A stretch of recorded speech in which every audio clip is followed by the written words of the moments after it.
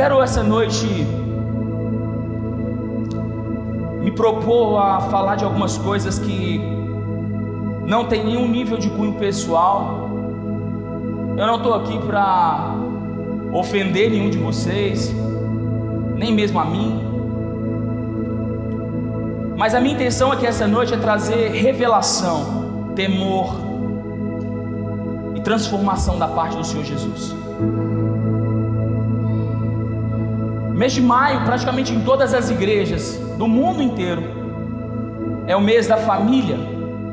No mundo comercial é o mês das noivas, que é a formação de família. E esse tema família, a cada dia que passa, está ficando um pouco mais doído de se falar, porque aparentemente essas coisas não estão se encaixando como deveria se encaixar. Na verdade, essa instituição que foi Deus mesmo que estabeleceu, essa instituição, essa célula máter da sociedade, ela vem sendo dia a dia, paulatinamente destruída por inimigos gigantes e reais, mas por inimigos gigantes e ocultos.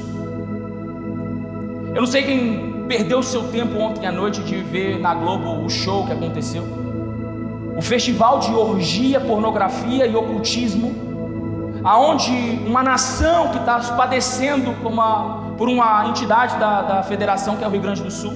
Inclusive nós encontraremos instituição para que a gente possa buscar ofertas para abençoar a vida deles, porque eles não estão precisando agora só de resgate, só de jet ski, só de barco. Quando as águas baixarem, eles vão precisar de roupa, eles vão precisar de móveis, eles vão precisar de tijolo para reconstruir. E nós queremos, como igreja, ser alguém que vai participar dessa reconstrução em nome de Jesus.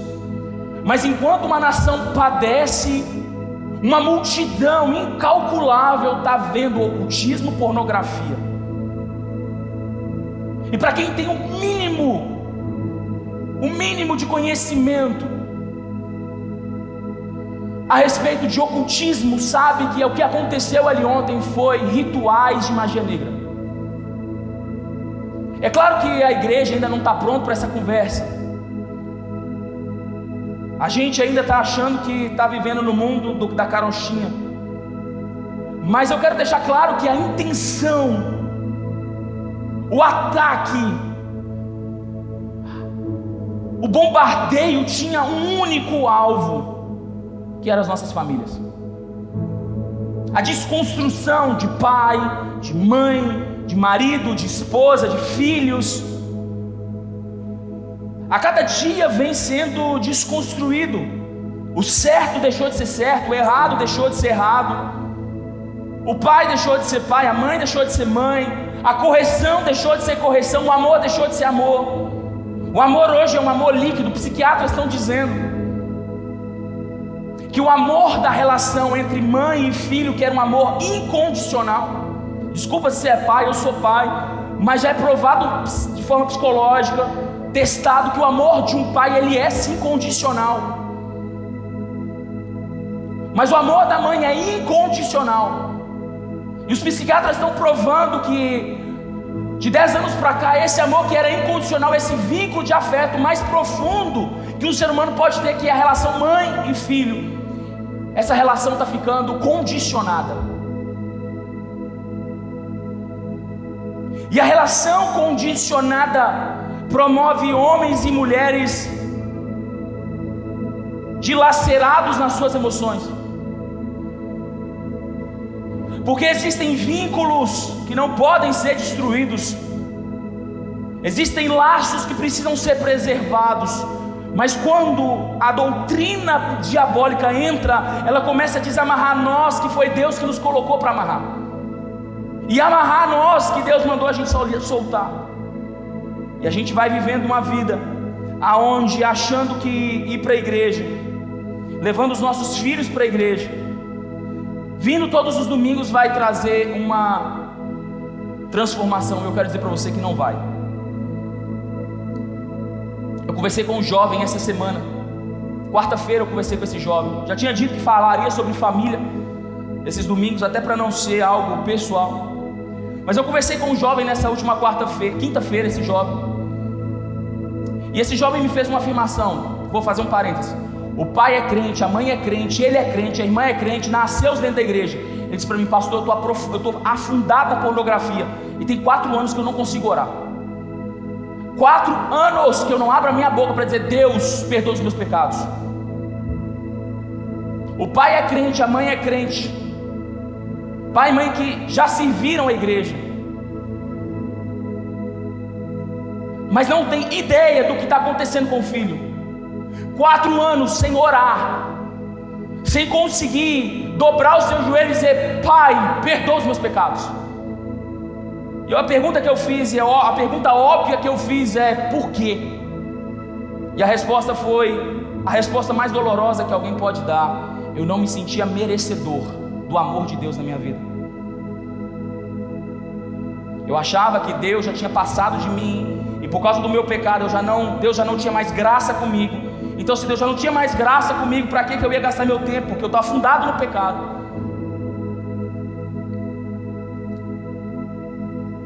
E meu pai não sabe, a minha mãe não sabe, e eu vim aqui porque o Espírito Santo me incomodou nesses últimos 15 dias. Eu não consigo parar de pensar que eu preciso de parar. Eu vim aqui, pastor, porque eu vim pedir ajuda. Eu preciso me ver livre do meu vício. Pela graça de Deus, ele está livre. O processo não é imediato, mas o processo está começando. Está sendo acompanhado, está sendo tratado, e ele vai ser liberto em nome de Jesus. Mas esse é um caso de alguém que decidiu falar. E eu quero mostrar para vocês alguns dados que me assustaram. Deixa eu ver se eu consigo. Casamentos no Brasil, dados do IBGE, tá? O último censo do IBGE foi 2022, pós-pandemia. É feito de 10 em 10, se não me engano. Só que em 2020, quando era para ser feita, a pandemia veio, eles não fizeram em 2022. Então, segundo o IBGE, a taxa de divórcio no Brasil cresceu em 8,6% em relação ao ano de 2021. A taxa de casamento também cresceu, só que em 4%, ou seja, houve mais divórcios, mais crescimento de divórcios do que casamento com relação a 2021. Segundo o IBGE, em 2022 houve 970.041 casamentos no Brasil em 2021, e divórcios houve 420.039 divórcios no Brasil em 2021. A taxa, para você não precisar fazer a conta, é 43% de todo casamento no Brasil ele é desfeito. Isso significa que aproximadamente a cada 2 casamentos que são celebrados, 1 acaba em divórcio. Em 2010, no último censo, para cada 4 casamentos, só 1 que acabava em divórcio. Se em 10 anos essa taxa dobrou, minha pergunta é: o que vai acontecer nos próximos 10 anos? O dado pior que mais me assusta é que 54,2% desses casamentos, isso significa 227.661 famílias, foram quebradas, foram rompidas com filhos menores de idade. Com filhos menores de idade. Deixa eu te contar uma coisa: a quantidade de casamentos com filhos pequenos que estão acabando no Brasil não é brincadeira. Casamentos que têm uma longevidade, aí o filho nasce, a rotina muda e as coisas começam a piorar. Só que o pai e a mãe não estão olhando para o filho, estão olhando para o seu prazer. A quantidade de casamentos que estão acabando, casamentos que já estão em crise por causa dos filhos, e não é por causa dos filhos, não, é por sua causa e por minha causa. E nós vamos falar disso, por que é por nossa causa. Mas o crime é que existem crianças que vão perder a referência de pai na vida delas, ou de mãe na vida delas. O maior vínculo de amor que uma criança tem até os 6 anos de idade é com a mãe. Uma criança que não tem o contato afetivo com a mãe tem uma tendência a se tornar esquizofrênica, porque perdeu o laço afetivo com a sua mãe.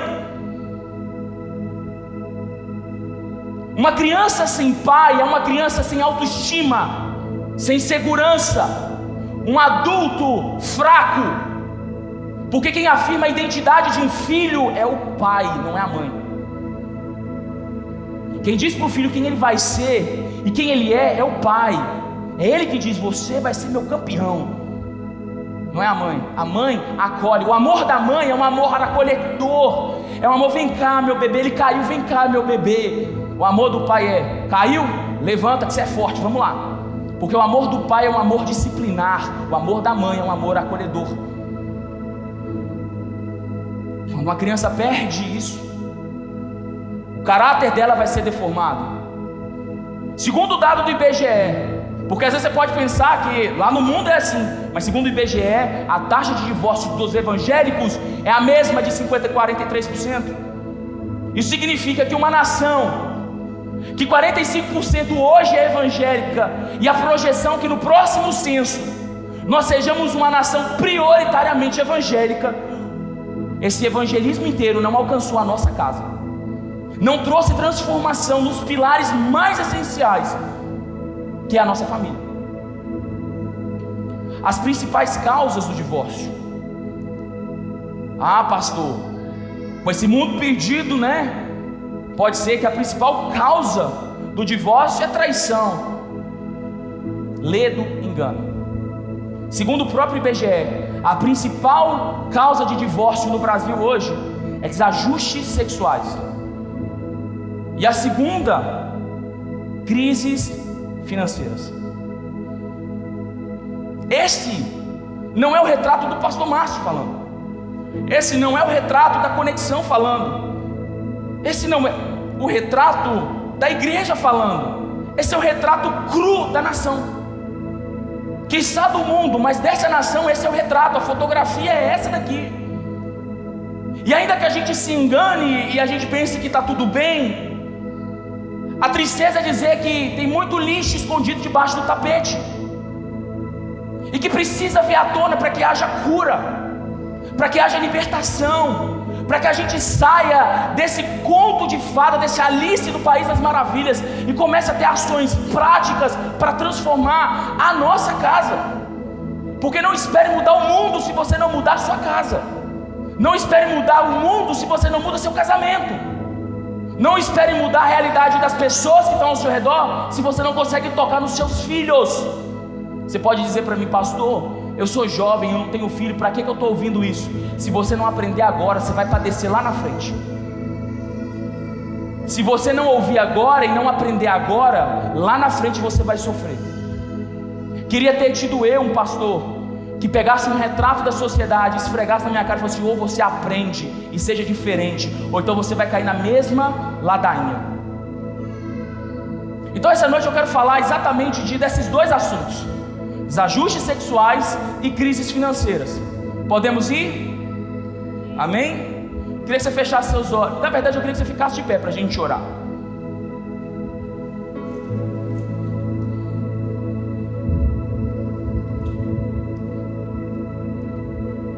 Queria que você fechasse seus olhos, pusesse a mão no seu coração. Eu queria que você orasse e falasse: Pai, me liberta essa noite. Liberta minha vida. Liberta meus relacionamentos. Liberta, Senhor, as minhas crises. Me liberta das minhas crises. Liberta, Senhor, a minha vida de tudo aquilo que prende a minha vida de ser feliz, de te conhecer e de conhecer a restauração do Senhor na minha família. Nós oramos aqui essa noite, Senhor, e colocamos a nossa vida na Tua presença, porque nós sabemos que o Senhor Jesus é aquele que traz milagres e curas nos lugares mais improváveis da nossa vida. O Senhor é sim o Deus do impossível, e nós oramos essa noite aqui para que libertações improváveis, mas necessárias, aconteçam não só em nós, mas na nossa casa e na nossa família, em nome de Jesus. Nós repreendemos aqui todo comichão, Senhor, todo demônio, Pai, em nome de Jesus, que vem atrapalhar, Senhor, a atenção e a libertação do Teu Espírito. Tudo aquilo que resiste, Senhor, às nossas vidas, seja amarrado agora e lançado no lugar que o Senhor determinar. Enche esse lugar, Senhor. Rodeia esse lugar de anjos. Rodeia as nossas casas também de anjos agora, Senhor. Levanta, Senhor, muralhas de fogo aqui ao nosso redor e guarda as nossas vidas, em nome de Jesus. Amém. Pode sentar.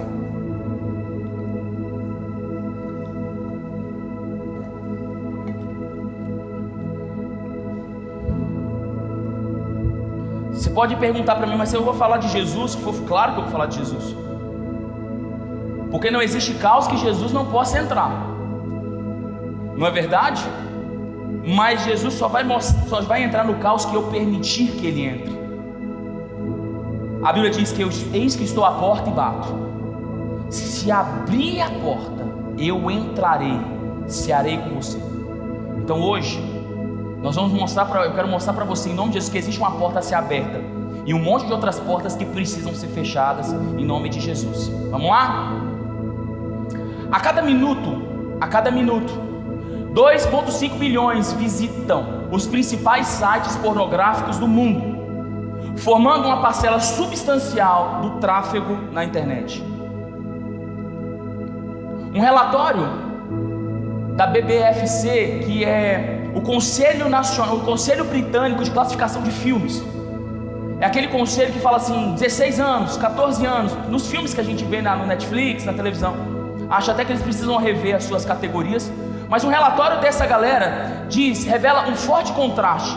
Enquanto 75% dos pais acreditam que seus filhos nunca encontraram pornografia, surpreendente 53% dessas crianças admitem já ter assistido pornografia na internet. Pesquisas no Reino Unido revelam que 44% dos homens entre 11 a 16 anos afirmam que a pornografia online molda os seus desejos sexuais. Surpreendentemente, 73% dos adolescentes entre 13 e 17 anos já viram pornografia e 54% encontraram-na aos 13 anos, indicando uma influência significativa nas suas opiniões sobre sexo. 13 anos. Você pode pensar que falar sobre sexo numa igreja onde o kids assume até 12, pode ser se o pastor tem uns meninos aqui.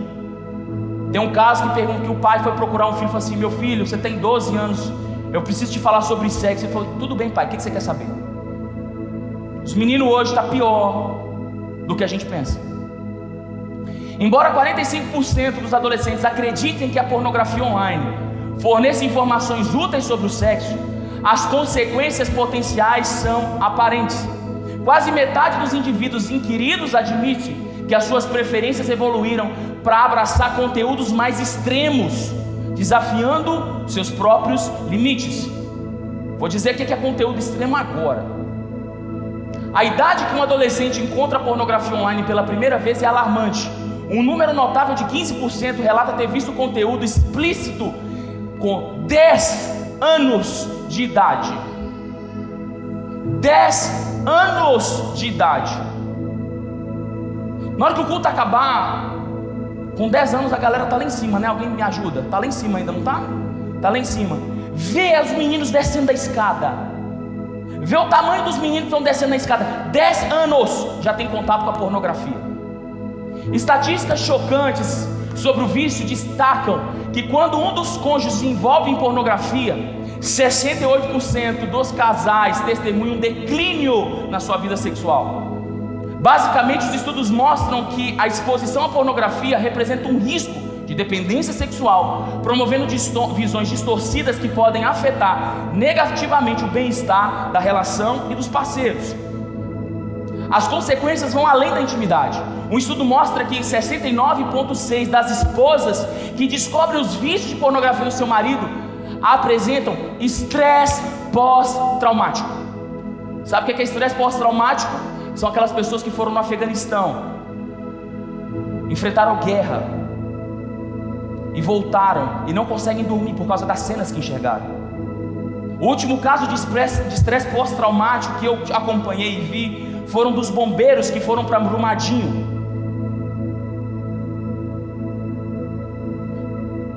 Os bombeiros que foram para Brumadinho quando a barragem caiu, todos os cachorros farejadores foram para eles, com eles.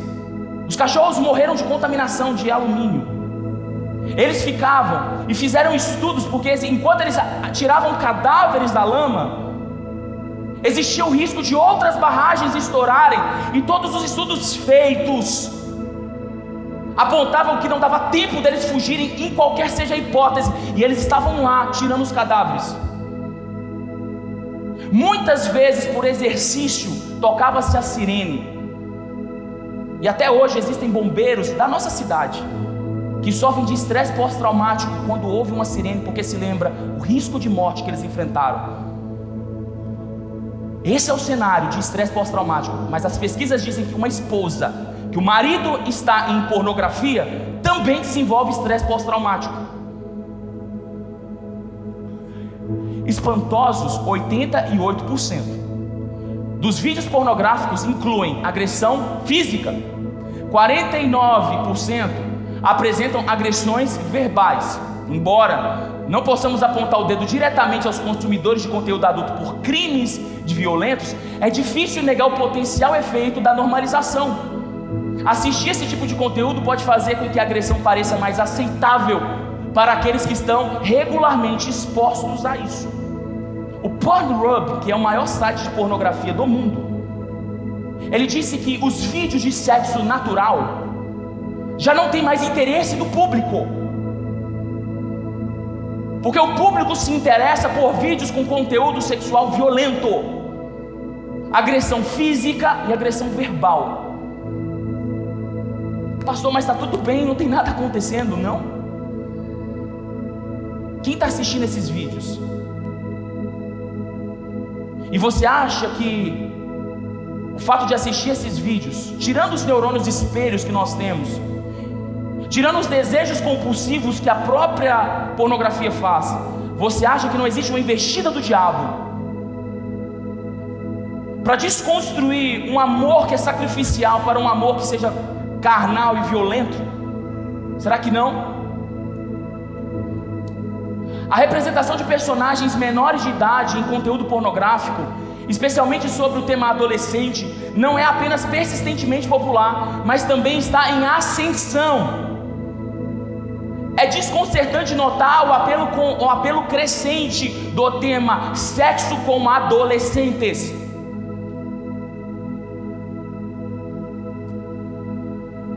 Adolescente há quantos anos? De 13 a 17. Menores de idade.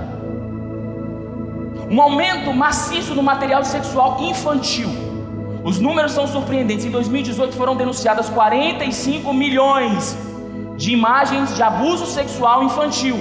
Em apenas um ano depois, em 2019, dobrou-se o número para quase 70 milhões de conteúdos pornográficos pedófilos. E você vai me dizer que não tem nada acontecendo? De acordo com o material estatístico, uma média em que as vítimas de tráfico de menores começaram a ser filmadas era de 12 anos. 12 anos. 12 anos. Há pouco tempo atrás nós vimos o escândalo de Marajó. 12 anos. Sabe um caso que mais me surpreendeu? Foi um caso de uma menina que foi estuprada e empalada. Tinha 9 anos. E não tem nada acontecendo. Vamos adorar a Deus porque um avivamento está vindo. Está mesmo? Eu acho que um avivamento para vir, Deus vai ter que levantar o tapete, a saia da igreja. Porque 70 milhões, 69 milhões de conteúdos pornográficos, pedófilos, não tem lógica o que está acontecendo na nossa nação, no nosso mundo, nas nossas igrejas. Enquanto isso, a indústria global pornográfica ostenta um valor de impressionante 97 bilhões de dólares. É um titã econômico que influencia silenciosamente, mas poderosamente, a internet hoje. 97 bilhões de dólares. Deixa eu ver se eu consegui colocar. Incorporado em mais de 4,8 milhões 4,2 milhões de websites adultos. Essa forma de entretenimento constitui formidáveis 12% de todos os websites. Não é apenas um nicho, mas um império digital em expansão. Todos os sites do mundo, todos, 12% deles é pornográfico. A cada segundo, esse eu queria ter colocado, a cada segundo, $3.075 é gastado em pornografia por segundo. Enquanto nós estamos falando aqui, enquanto eu estou falando para vocês, quantos $1.000 já foi gasto em pornografia nesse instante? São 28.258 pessoas online por segundo consumindo pornografia. 28 mil pessoas conectadas por segundo na pornografia. De acordo com o Ibis World, a indústria pornográfica teve um aumento de 12,6% na sua receita entre o ano de 2018 e 2023. Na mesma linha, a indústria de sites pornográficos nos Estados Unidos estava preparada para arrecadar 1,15 bilhões de dólares em 2023. 1,15 bilhões de dólares em 2023. Vamos lá? Nos Estados Unidos, o Pornhub é o quarto site mais visitado, ultrapassando Instagram, Netflix, Pinterest e TikTok juntos. Eu acho que quem tem iPhone, eu tenho iPhone. Quem tem iPhone, todo domingo ou toda segunda de manhã aparece quanto tempo que você ficou online na última semana. Quando aparece, a gente fica com vergonha, porque você ter gastado menos tempo.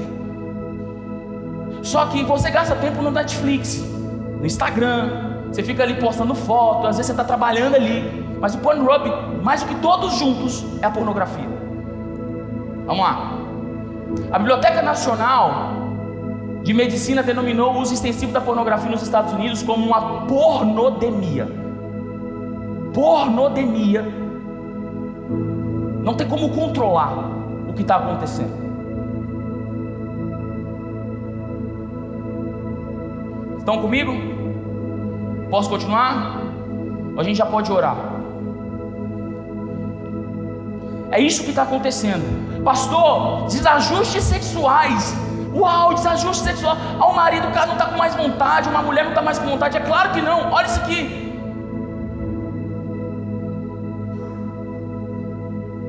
Ai, as coisas não estão indo bem entre a gente, na nossa intimidade. Olha para isso aqui.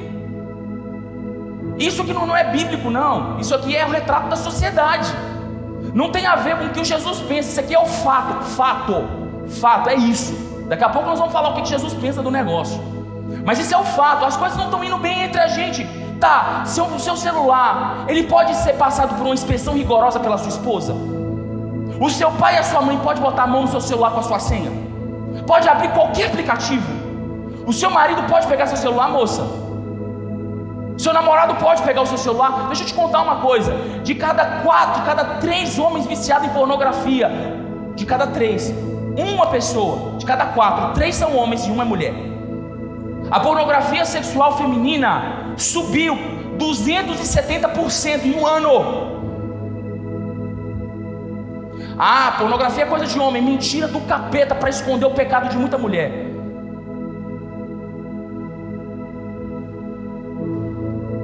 Tem muita mulher presa nisso também. Tem muitos casais presos nisso também. E se a gente fosse falar, e eu quero falar só de uma coisa que a pornografia faz com a gente. A pornografia é como uma pancada na cabeça da gente. Porque ela causa uma lesão no córtex pré-frontal, aqui na frente. Esse lugar do cérebro é responsável pela moralidade, pelos desejos e pela tomada de decisão. Quando esse córtex pré-frontal é lesionado pela pornografia, nós nos movemos mais por desejos do que por razão. Nós damos mais vazão às compulsões, aos instintos do que à razão. Sabe quem faz isso? Bicho, cachorro, gato, cavalo. Que está com fome vai lá e come. Que está com vontade de fazer suas necessidades vai lá e faz. Quem age por instinto é bicho. Mas a pornografia faz isso com o homem. Fora a depressão, fora a ansiedade, fora a necessidade de consumir mais e mais e mais e mais e mais, achando que no consumo vai se suprir, só que não vai. O grande armadilha da pornografia é que quanto mais eu quero, mais isso perde o efeito na minha vida. Então os casamentos estão acabando, e eu não pus esse dado, mas os casamentos, a média do casamento acabar no Brasil hoje, antes em 2010 era 13 anos, hoje é 10. Então além de estar acabando mais, está acabando mais rápido. Além de estar acabando mais casamentos, estão acabando mais rápido ainda. Por quê? Porque tem um desajuste sexual que não é bonito. Tinha que ter esse tema de pregação, desajustes sexuais. Toma vergonha na sua cara. Desajuste sexual de alguém que está pregado à pornografia, de um marido que está pregado à pornografia, de uma esposa que está pregada à pornografia. Como que está acontecendo? É óbvio que se alguém vê pornografia, vai querer reproduzir nas suas relações a mesma coisa, mas aquilo não é a realidade. Mas a gente vê essas coisas e fala, nossa! Eu não sei se você sabe, mas o índice de usuário de drogas dentro dos atores pornográficos é quase 90%, porque eles precisam se dopar para fazer o que fazem. Mas a gente está lá, o mundo está lá assistindo o que está acontecendo, e isso está estourando dentro de casa, e ninguém está falando nada. Mas esse é só o primeiro problema. Deixa eu ver se a gente já vai para o segundo. Crises financeiras. Oh, glória a Deus. Porque pornografia é muito difícil, mas crise financeira, todo mundo pergunta para quem está falando, já passou aperto, irmão? Já passou aperto? Seja profeta na vida. Se você está passando aperto, você vai sair do aperto em nome de Jesus. Em nome de Jesus você vai sair do aperto. Porque está dizendo que crises financeiras estão acabando com o casamento. É claro que não é a crise financeira, porque a gente prometeu na alegria e na tristeza, na saúde e na doença, na riqueza e nós prometemos. Nós dissemos isso um para o outro. Nós não prometemos isso? Quando você for casar, jovem, tem muito casamento aí esse ano. Quando você for casar, se for eu para fazer seu casamento, vai estar lá, ó, na alegria e na tristeza, na saúde e na doença, na riqueza e na pobreza, até que a morte nos separe. Você prometeu isso, então na hora do doce é bom, na hora do fel não é? Pô, tem uma coisa errada. E tem mesmo, mas vamos lá. Uma pesquisa feita pelo Serasa. Tem muito crente com medo do Serasa, tá, irmão? Muito crente com medo do Serasa, toma vergonha na sua cara. Indica que 52% dos brasileiros, a situação financeira tem relação direta com a sua vida amorosa. É o cara que não tem controle e mete os pés pelas mãos para agradar as namoradas ou os namorados, os maridos e as esposas. Uma pesquisa feita pelo SPC, não é só para contrariar não, é para te passar vergonha mesmo, apontou que cerca de 46% dos casais brigam de dar soco, briga de ter que chamar o pastor lá para separar briga de porrada, de chute, de jogar coisa nos outros. 46% dos casais brigam por causa de dinheiro.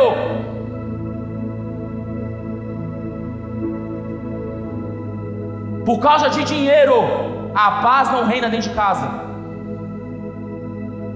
Cerca de 51% dos casais entrevistados na pesquisa culpam o outro ainda pela dificuldade financeira. Não, eu estou assim porque foi fulano que fez isso comigo. Existe um novo termo de traição hoje. O termo mais moderno de traição chama-se traição patrimonial. Alguém já ouviu falar sobre isso? Traição patrimonial. Não tem mais aonde trair, aí resolveram trair patrimonialmente. O que é trair patrimonialmente? 15% entrevistados na pesquisa acham que as finanças não é um assunto para se conversar. Daqui a pouco a gente fala sobre isso. Segundo o Confederação Nacional, o nível de endividamento das famílias brasileiras deve crescer nos próximos meses e chegará à marca de quase 80% em dezembro de 2024. 80% de todas as famílias ficarão endividadas. Uma coisa é você contrair dívida, tá? A Bíblia diz que você emprestará, lembra disso? Deuteronômio 28. Você emprestará, mas não tomarás. Lembra disso? Lembra? Então tá bom. Mas segundo a própria confederação, o nível de inadimplência, o que é dívida? Dívidas são uma compra, um contrato com um prazo. É uma dívida, eu não tenho todo o dinheiro, mas eu vou pagar essa dívida em tanto tempo, isso é uma dívida. Agora, inadimplência é quando eu faço o compromisso e não respondo por ele. 30% das famílias brasileiras, 28,1%, 30% das famílias brasileiras compram e não pagam. Pergunta para a pessoa que está do seu lado: você conhece alguém assim? Vamos botar o nome do SPC da igreja? Pergunta ao irmão que está do seu lado: você está devendo na cantina, irmão?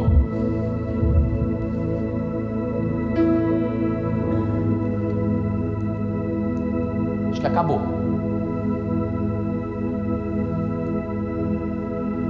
Uma estatística que eu não coloquei aqui é que 80% dos casais estão acusando os outros de defraudação patrimonial no Brasil, metendo os pés pelas mãos. Uma outra coisa, desses 79,9% de endividamento e 28,1% de inadimplência, sabe qual é o maior fator? Cartão de crédito. Está comprando para aparecer. Você não tem dinheiro para comprar, está comprando para aparecer e parcelando. Desculpa às vezes falar assim: não, eu achei que eu ia vir aqui e eu ia falar de Jesus. Não, vamos falar de Jesus agora, depois de mostrar a sua verdade, de mostrar para você quem você é, quem a igreja é, quem a sociedade é. A gente compra coisa que a gente não precisa para mostrar para as pessoas o que a gente não é, para falar para as pessoas que nós temos um iPhone 15, quando na verdade a gente não podia ter nem um Samsung qual que é mais? Como é que é? Um Nokia. Não podia ter nem um Nokia. Tá lá no tijolo. Devia usar o telefone que nem existe mais. Tinha que ligar do orelhão, que nem existe. Pegar o telefone emprestado, mas quer usar de iPhone 15. Aí eu vou comprar e depois eu vou contar pro meu marido. 80% dos casais, eu lembrei, 80% dos casamentos, 80% dos casamentos, existem dívidas que os maridos não contam para as esposas e as esposas não contam para os maridos. 80% de cada 10, 8 casais estão vivendo essa realidade. Estão comprando e não estão contando nada, com medo de ser repreendido. Se a base do casamento é amor, respeito e cumplicidade, porque o que sustenta casamento não é amor não, tá, irmãos? O que sustenta casamento é responsabilidade, cumplicidade, respeito e então o amor. Se nós perdemos essas coisas e já não temos mais cumplicidade, já não sonhamos as mesmas coisas, existe então casamento ou existe só uma fachada? Ah, pastor, meu casamento está em crise. É claro que está em crise. Talvez você conheça casamentos que estão em crise hoje. Talvez seja até o seu, do seu pai, da sua mãe. Talvez você não está casado, mas você pode, se você não aprender, você pode viver tudo isso que eu estou te dizendo aqui. E ninguém te conta, e ninguém tem coragem de dizer para as pessoas: eu estou viciado em pornografia.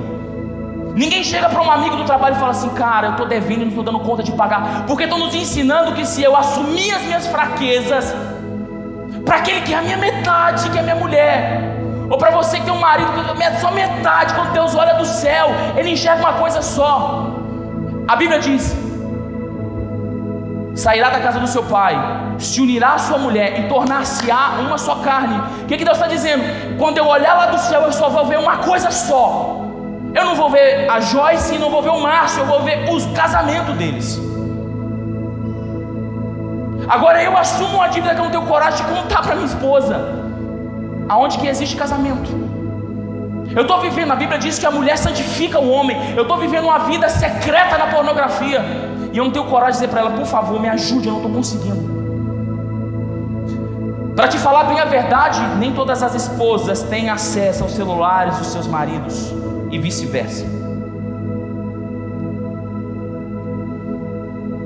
Um homem de Deus, uma mulher de Deus, está sempre preparado para uma inspeção rigorosa. Sempre. Um homem de Deus e uma mulher de Deus está sempre pronto para uma inspeção rigorosa. Se você não está pronto, então reveja seu relacionamento com Deus. Amém? Vamos falar sobre o que Jesus pensa sobre isso. 1 Coríntios 6:12 diz: todas as coisas me são lícitas, mas nem todas as coisas convêm. Todas as coisas me são lícitas, mas eu não me deixarei me dominar por nenhuma delas. Os alimentos são para o estômago e o estômago para os alimentos. Deus, porém, aniquilará tanto um quanto o outro. Mas o corpo não é para a fornicação, senão para o Senhor, e o Senhor para o corpo. Ora, Deus que também ressuscitou o Senhor, nos ressuscitará a nós pelo seu poder. Não sabeis vós que os vossos corpos são membros de Cristo? Tomarei, pois, os membros de Cristo e os farei membros de uma meretriz? Não, por certo. Ou não sabeis que o que se ajunta com a meretriz faz-se um com o corpo dela? Porque serão, disse ele, dois numa só carne. Mas o que se ajunta com o Senhor é um mesmo espírito. Fugir da fornicação. Todo pecado que o homem comete é fora do corpo, mas o que fornica peca contra o próprio corpo. Ou não sabeis que o vosso corpo é o templo do Espírito Santo, que habita em vós, proveniente de Deus, e que não sois vós mesmos? Porque fostes comprados por um bom preço. Glorificai, pois, a Deus nos vossos corpos e no vosso espírito, os quais pertencem a Deus. Aleluia! Você pode dizer um aleluia aí no seu lugar? Eu quero falar essa noite e quero usar o pouco de tempo que eu tenho para falar sobre o que Deus pensa sobre o que está falando, o que o mundo está dizendo, o que o Brasil está vivendo. A palavra que Paulo fala a respeito de fugir, no verso 18, fugir da fornicação. Essa palavra fornicação é porneia. Porneia, você pode dizer para quem está do seu lado, porneia. Porneia é um termo usado para todo tipo de pecado sexual. Ah, pastor, nós falamos de finanças também. Vamos falar de finanças também. Mas todo pecado na Bíblia retratado como pecado sexual, seja o que for, é chamado na Bíblia de porneia. Então, quando Paulo fala fugir da fornicação, ele não está falando somente de fugir do ato do sexo fora do casamento. Ele está falando de toda atitude pornográfica, de toda atitude imoral que se acontece dentro de uma relação que não está constituída debaixo da aliança do casamento. Porque Deus só valida relações sexuais que estão debaixo do casamento. Fora isso, Deus não valida e Deus não aceita. Ele diz que os prostitutos, e ele configura isso como prostituição, os prostitutos não herdarão, não vão entrar no céu, e ponto final. Quer discutir? Não discute comigo não, discute com Deus. Esse é o ponto. Mas essa palavra porneia é uma palavra de advertência, mas uma palavra que não só retrata a imoralidade ou a impureza, mas a palavra porneia, ela também tem um segundo significado. A palavra porneia significa amar. Um dos significados de amor no grego, porque no grego existem quase 12 significados diferentes para a palavra amor. Existe o amor ágape, o amor eros, o amor stronge, o amor fíleo, e um dos amores é o amor porneia. Da onde surgiu a palavra pornos, de pornografia. A palavra pornos ou pornografia, na verdade porneia e pornografia, é a chamada amor que consome. É um amor que nos faz afirmar, por exemplo, eu gosto de comer carne. Alguém aqui gosta de comer carne? Deixa eu ver. Só que para você comer carne, algum animal tinha que ter morrido. Então você não gosta de comer carne, você gosta de você mesmo. Porque não importa se um animal morreu para você comer carne. Você comeu carne porque você gosta de se satisfazer com a carne que você come, e que não importa quem morreu para você se satisfazer. O amor pornos ou porneia é o amor que não está se importando com a sensibilidade, com as emoções, com o sentimento dos outros. O que importa sou eu e a minha satisfação. Para que você tenha ideia, o amor pornos é o amor retratado entre uma mãe e um filho, igual a Larinha. Essa relação de mãe e filho pequenininho. Por quê? Porque o filho pequenininho, ele não corresponde ao amor da mãe. O simples fato dele existir, sem que dê nenhum tipo de resposta para a mãe, não tira da mãe a responsabilidade de alimentar, de cuidar, de limpar, de tratar ele. Ele nunca disse, a Larinha não fala, ela nunca disse para a mãe dela, mamãe te amo. Daqui uns dias vai falar, mas essa relação simbiótica entre mãe e filho é chamado de pornos, de porneia. Porque o simples fato de existir gera uma responsabilidade no outro, sem que eu faça nada. O bebê não faz nada para ser amado, ele não faz nada para ser suprido, ele simplesmente existe, e a mãe tem que fazer tudo por ele. Esse é o amor pornos. Por isso que eu quis colocar esse nome, porque esse amor pornos contaminou as nossas relações. Esse amor pornos é o amor difundido na sociedade, não importa o outro, se eu me satisfazer está ótimo. Se a minha vontade for suprida, então está ótimo. Não importa se o outro está feliz ou se o outro está triste, eu quero, eu vou fazer e ponto final. E cada dia que passa, a nossa sociedade é uma sociedade que prega a liberdade, mas é uma liberdade egoísta, porque a liberdade não importa o outro, importa a mim. É a minha liberdade que importa, é os meus desejos e as minhas compulsões que se importam. O que o outro pensa, o que o outro deseja, o que o outro quer.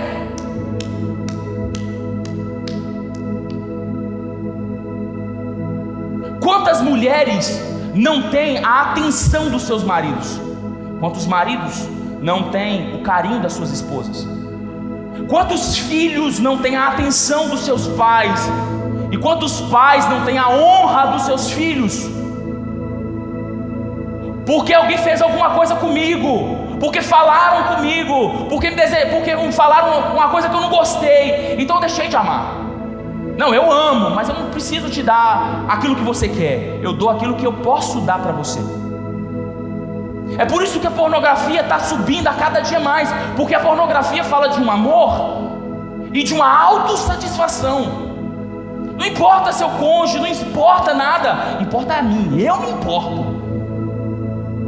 A pessoa, o parceiro, a esposa ou o esposo está sofrendo de estresse pós-traumático, mas eu tenho desejos, eu tenho vontades,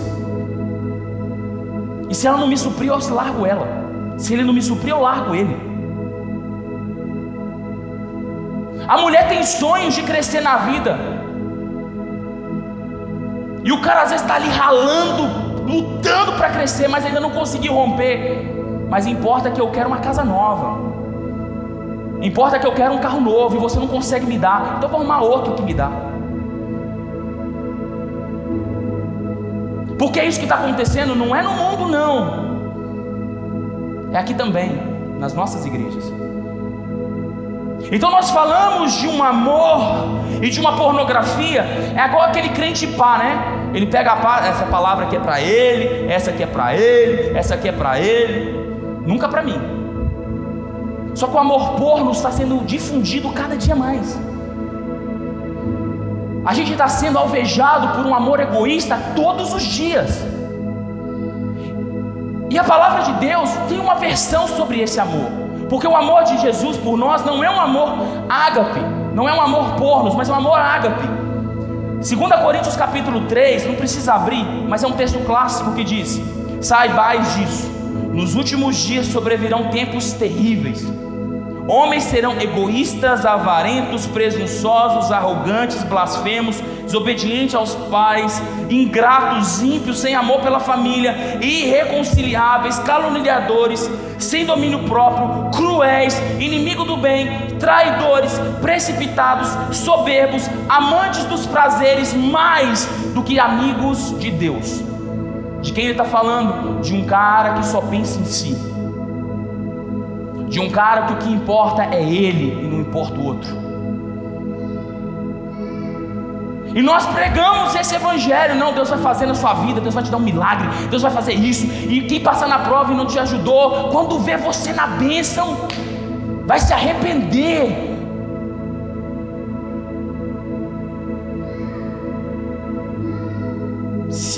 quando Deus me der minha bênção, quem não estava comigo vai ver o que Deus fez na minha vida. Que amor por-nos é esse? O que está acontecendo com a gente?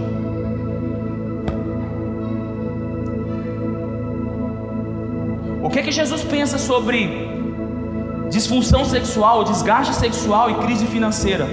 Jesus pensa assim: porque Deus amou o mundo de tal maneira que deu seu Filho unigênito, para que todo aquele que nele crê não pereça, mas que tenha a vida eterna.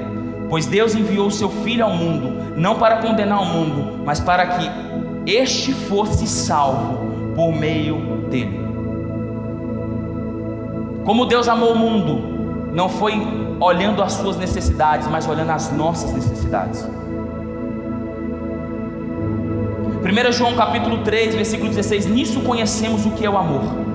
Jesus Cristo deu a sua vida por nós, e nós devemos dar a nossa vida para os nossos irmãos. Que amor é esse? O amor por-nos? Não, o amor ágape, o amor que se dá. É o amor que abre mão da sua satisfação para o outro. É o amor que não olha para si, mas um amor que olha para o próximo. Não que você não seja importante, mas você é menos importante do que quem está do seu lado.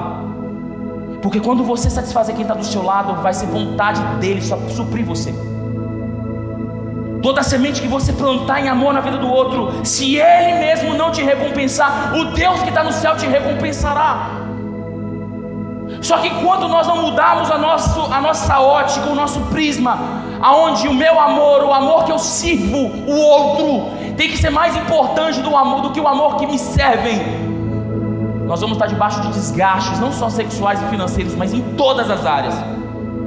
São relações desgastadas por pessoas que só querem receber. As pessoas vêm na igreja e elas avaliam o culto, porque elas querem que o culto seja agradável para elas, porque o que importa é ser satisfeito. E glória a Deus que quem é adorado aqui não é você, é o Senhor Jesus. Mas a gente está avaliando o culto, a gente está avaliando presentes, nós estamos avaliando amizades, nós avaliamos tudo. Se não nos satisfaz, está fora. Se não bate conosco, está fora. E Jesus disse: nisso nós conhecemos o amor, que Jesus Cristo se deu pelo outro.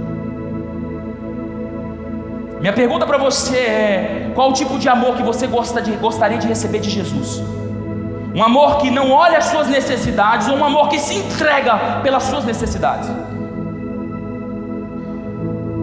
Se você quer receber esse amor de Jesus, eu quero perguntar para você: seria coerente Jesus entrar na sua casa hoje com o amor que está lá dentro? Seria coerente nós abrirmos a porta da nossa casa e falarmos: pode entrar, Jesus, porque todo mundo aqui se ama a si mesmo, mas todo mundo se ama aqui, Jesus, pode entrar. Jesus vai falar: esse amor aqui é eu, não é o amor que eu ensinei para vocês.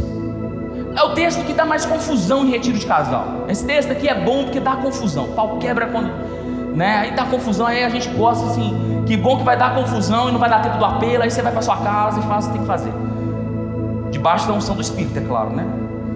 Mulheres, vamos ler junto? Mulheres, sujeitem-se aos seus maridos como ao Senhor. Cadê o glória? Agora é a hora de rodar no manto, irmão. As irmãs que rodam, é a hora de rodar no manto, é agora.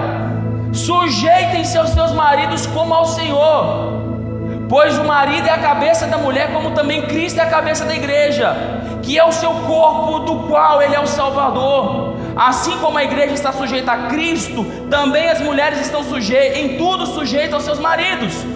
Maridos, amem as suas mulheres, assim como Cristo amou a igreja e entregou-se a si mesmo por ela, para santificá-la,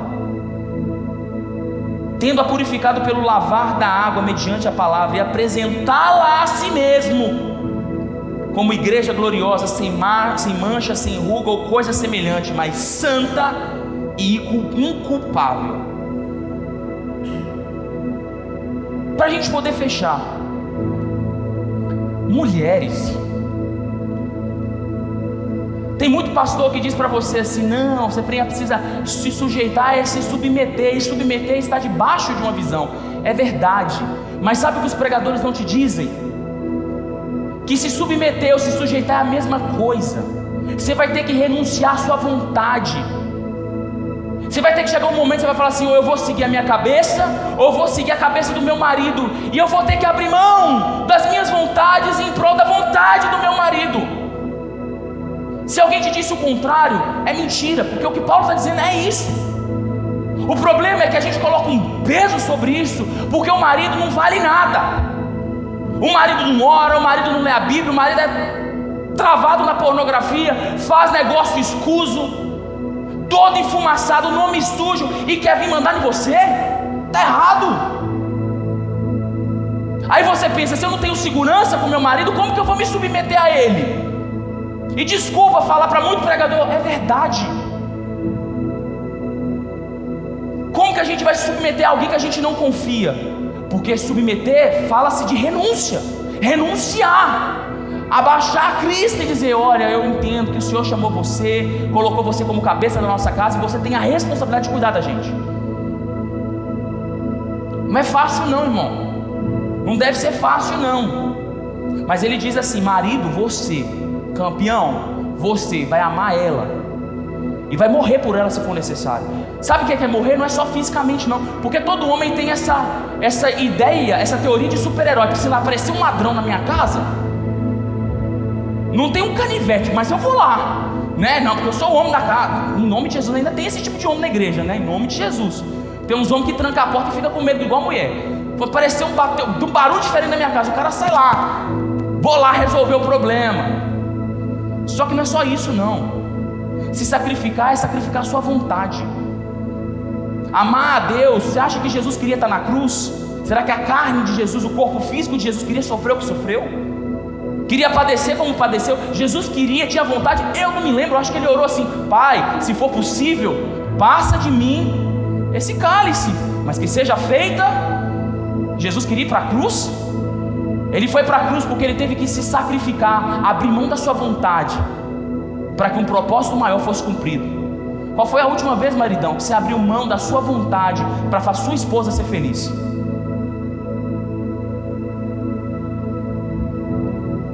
Qual foi o dia, meu filho, que você viu seu pai abrindo mão da vontade dele, da televisão, do canal da televisão lá, do jogo de bola lá, do Galo lá, o Galo estava lá perdendo de 2-0 lá, estava lá, falou: tá perdendo, mas vai virar, e abriu mão do canal da televisão para sua mãe assistir. Qual foi a última vez que você viu seu pai e sua mãe de mão dada? Qual foi, maridão, a última vez que você pegou na mão e foi passear no shopping, sábado de manhã, foi para o centro da cidade, sábado de manhã? Olha que delícia.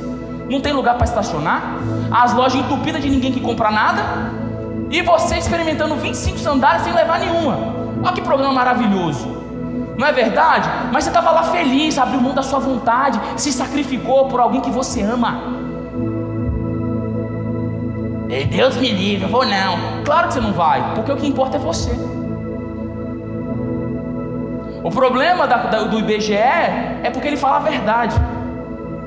O nosso problema é que a gente não fala.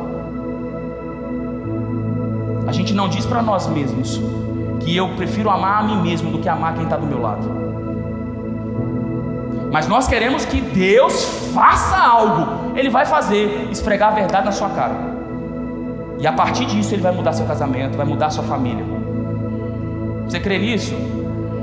Sabe, não é uma noite de você chorar: Senhor, é uma noite de você tomar uma vergonha na sua cara, tomar posição, como homem, como mulher, se submeter. Falar: eu entendo. Às vezes o cara está lá ralando 2 empregos, está lá morrendo, fazendo hora extra, se sacrificando, pegando um monte de trabalho para você conseguir pagar a conta de casa. Aí a mulher recebe um dinheirinho lá e esconde. E o cara que está se matando lá não consegue desfrutar daquilo que os dois conquistaram juntos. Aonde que vai haver transformação? Aonde não existe cumplicidade? Aonde vai haver transformação? Aonde não existe respeito?